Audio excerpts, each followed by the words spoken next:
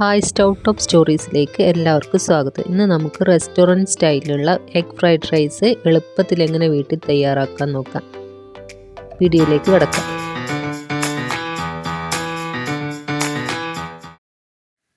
ഇതിനു വേണ്ടി ഞാൻ ഒരു പാത്രത്തിൽ വെള്ളം തിളപ്പിച്ചെടുത്തിട്ടുണ്ട്. വെള്ളം നന്നായി തിളച്ച് വരുമ്പോൾ ഇതിനകത്തേക്ക് കഴുകി വൃത്തിയാക്കിയ 1 കപ്പ് ബസ്മതി റൈസ് ചേർത്ത് കൊടുക്കുക. ഇനി ആവശ്യത്തിന് ഉപ്പും കൂടാതെ 1 ടേബിൾ സ്പൂൺ ഓയിലും കൂടെ ഒഴിച്ച് ഇതൊന്ന് കുക്ക് ചെയ്തെടുക്കണം.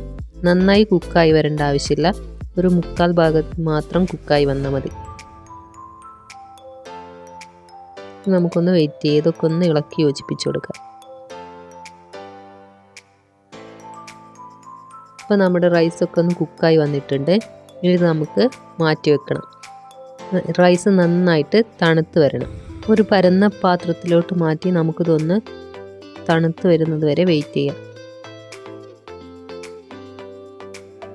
ഇനി നമുക്ക് ഇതിന് വേണ്ടിയിട്ടുള്ള എഗ്ഗ് സ്ക്രാമ്പിൾ ചെയ്തെടുക്കാം. അതിനൊരു പാൻ വെച്ചിട്ടുണ്ട്. അതിനകത്തേക്ക് 1 ടേബിൾ സ്പൂൺ ഓയിൽ ഒഴിച്ചു കൊടുത്ത് 4 മുട്ട പൊട്ടിച്ചൊഴിച്ച് കൊടുത്തിട്ടുണ്ട്. അതിനകത്തേക്ക് കുറച്ച് കുരുമുളക് പൊടിയും കുറച്ച് ഉപ്പും ചേർത്ത് ഒന്ന് സ്ക്രാമ്പിൾ ചെയ്തെടുക്കാം.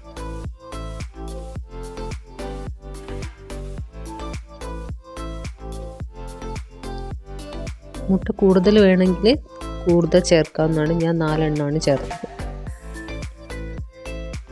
അപ്പോൾ നമ്മുടെ മുട്ടയൊക്കെ ഒന്ന് തയ്യാറായിട്ടുണ്ട്. ഇനി ഇത് നമുക്ക് മാറ്റി വെക്കാം.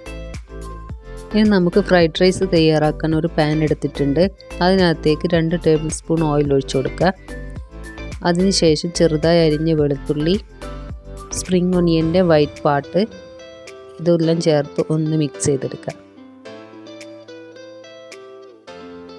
ഇതൊന്ന് വഴന്ന് വരുമ്പോൾ ഇതിനകത്തേക്ക് 1/4 കപ്പ് ക്യാരറ്റ് ചെറുതായി അരിഞ്ഞതും, 1/4 കപ്പ് ബീൻസ് ചെറുതായി അരിഞ്ഞതും, 1/2 കപ്പ് കാബേജ് ചെറുതായി അരിഞ്ഞതും, ഒരു ചെറിയ ക്യാപ്സിക്കം ചെറുതായി അരിഞ്ഞത്, 3 പച്ചമുളക് ചെറുതായി അരിഞ്ഞതും ചേർത്ത് ഒന്ന് കുക്ക് ചെയ്തെടുക്കണം. നന്നായി വെന്ത് പോകാൻ പാടില്ല, കുറച്ചൊന്ന് വെന്ത് കിട്ടിയാൽ മതി. 1-2 മിനിറ്റ് ഒന്ന് ഇളക്കിയെടുക്കാം. നമുക്ക് ഹൈ ഫ്ലെയിമിൽ വേണം ഇതൊക്കെ ചെയ്തെടുക്കാൻ. ഇനി ഈ വെജിറ്റബിൾസിന് വേണ്ട കുറച്ച് ഉപ്പും കൂടെ ഒന്ന് ചേർത്ത് കൊടുക്കുക. നന്നായിട്ടൊന്ന് മിക്സ് ചെയ്തെടുക്കുക. ഇത് വളരെ പെട്ടെന്ന് നമുക്ക് വീട്ടിൽ തയ്യാറാക്കിയെടുക്കാൻ പറ്റുന്നതേ ഉള്ളൂ. കുട്ടികൾക്കൊക്കെ എന്തായാലും ഇഷ്ടപ്പെടും. എല്ലാവരും ഒന്ന് ട്രൈ ചെയ്ത് നോക്കണം. വളരെ ഈസിയാണിത്.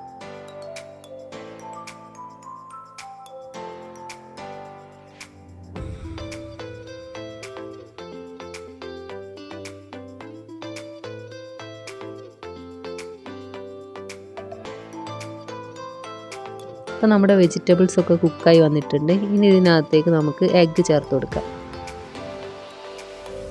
എഗ്ഗ് ചേർത്ത് നന്നായി ഒന്ന് മിക്സ് ചെയ്തെടുക്കുക. ഇനി ഇതിനകത്തേക്ക്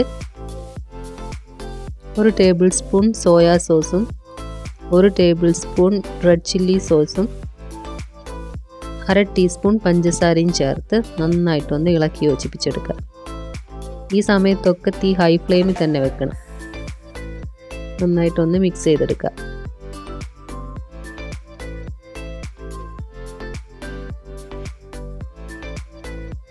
അപ്പോൾ എല്ലാം കൂടെ ഒന്ന് നന്നായിട്ട് മിക്സായി വന്നിട്ടുണ്ട്. ഇനി ഇതിനകത്തേക്ക് നമ്മൾ നേരത്തെ വേവിച്ച് വെച്ച ബസ്മതി റൈസ് ചേർത്ത് മിക്സ് ചെയ്തെടുക്കുക.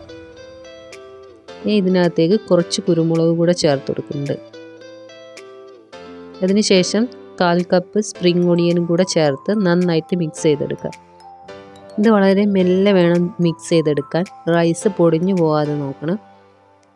എല്ലാം കൂടെ നന്നായിട്ട് ഇളക്കി യോജിപ്പിച്ചെടുക്കുക. ഫ്രൈഡ് റൈസിൻ്റെ കൂടെ ചില്ലി ചിക്കൻ അടിപൊളിയായിരിക്കും. അപ്പോൾ ഞാൻ ചില്ലി ചിക്കൻ്റെ വീഡിയോ ഞാൻ മുമ്പ് പോസ്റ്റ് ചെയ്തിട്ടുണ്ട്. എല്ലാവരും ഒന്ന് കണ്ടു നോക്കണേ.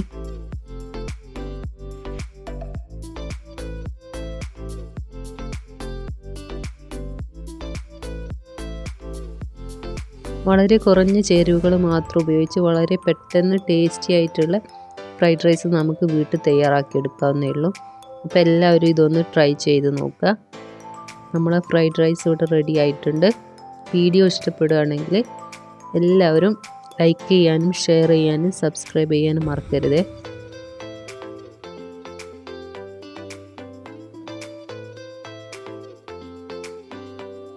അപ്പോൾ എല്ലാവരും ഇത് വീട്ടിൽ തയ്യാറാക്കി നോക്കുമെന്ന് വിചാരിക്കുന്നു.